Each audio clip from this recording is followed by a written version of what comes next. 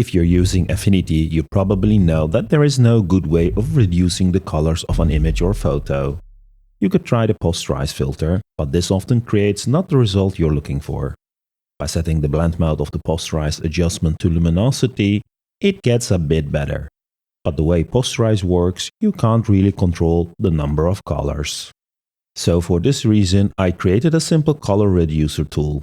It works completely in your browser, meaning nothing leaves your computer. Let's go through all the available features. First, we need to get an image into the tool, which can be done by using the Load Image button, but you can also drag and drop an image file or just paste the image from your clipboard. Once an image is available, it will be rendered to a number of colors defined in the palette size. We can drag the image using the mouse, and with the mouse scroll wheel, we can zoom in or out. On the left, we have the palette size, or in other words, the number of colors to be used. When you change this number, you will need to press the Generate New Palette button. The generated color palette is shown under the Current Palette section. You can click on a color here to change the color. Optionally, you can also click on the preview to change the used color in the palette. Keep in mind that this can change the rendering of the image. After a color change, the app will re-evaluate the available colors for the best match. And sometimes this might feel odd, but this is exactly why we have the image settings. You can turn on dithering, which definitely gives more detail to the image.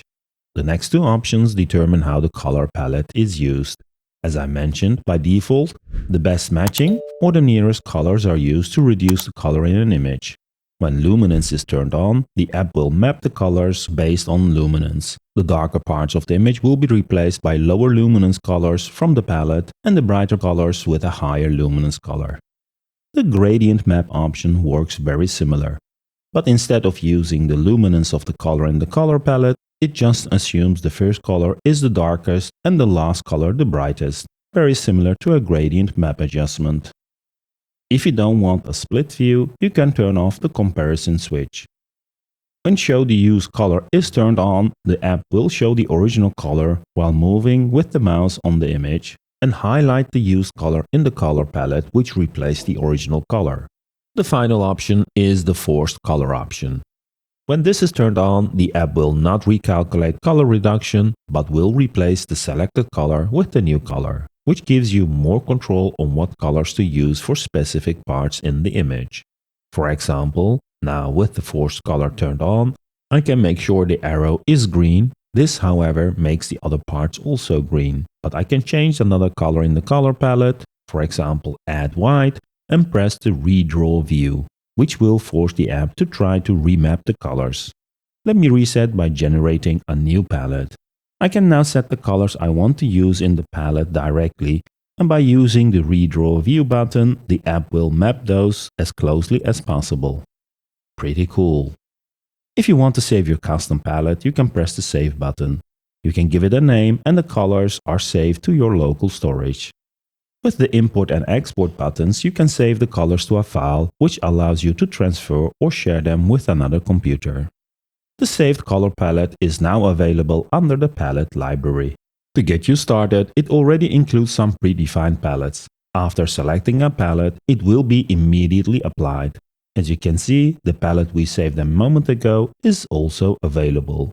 The rename and delete speak for themselves. With the Export and Import lib buttons, you can save and share the list of palettes available from your local storage. By the way, I almost forgot. For fun, I added a Randomize button for the palette colors, which can give interesting results, so make sure to check that out.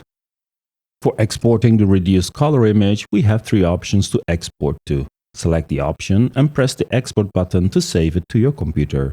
Personally, most of the time I use the copy function, which copies the image to the clipboard, allowing me to quickly paste this in Affinity for further processing. Keep in mind that the initial export can be slow. The very first time an export is done, the libraries to generate the files need to be initialized. One last cool feature I want to share is the Undo option. When you change the color in the palette, you can press Ctrl or Command Z to restore the previous color.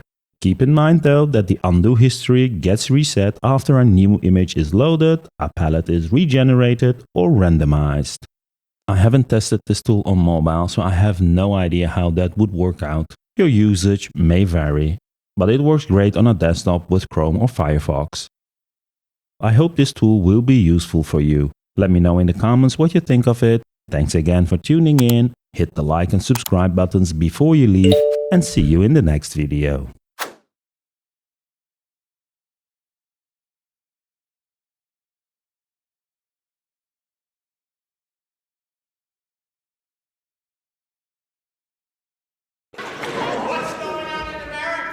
What's going on in America?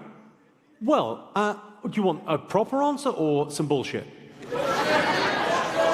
Proper answer? I think probably you're at the in the middle of the fourth turning. If you're familiar with, there's a historian called Neil Howe. He's the guy that coined the phrase millennial, and he believes that history runs in large cycles. There's been 4 of these in America so far. Think of 2008, the financial crash, as 1929, and the period we're in now is a war. It's the equivalent of World War II. And it's not one big war, and it's not total war. It's happening in different ways. But we're in a war, and culture will be reinvented in the first turning.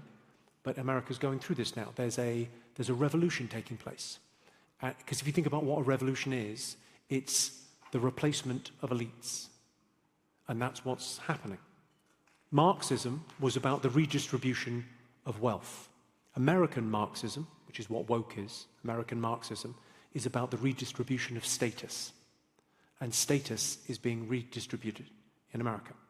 So it's a very tumultuous time. But what, sorry? I want to hit the bullshit first. You want the bullshit first? Depends how you view it. I reckon you'll be fine. It's a very innovative. I mean, the thing about this country is you're fucking set because you've got a written constitution. You'll be fucking fine. You may laugh. Go to my fucking country and tweet something. See how you fucking do. There's freedom of speech here. You say what you fucking like. It's great.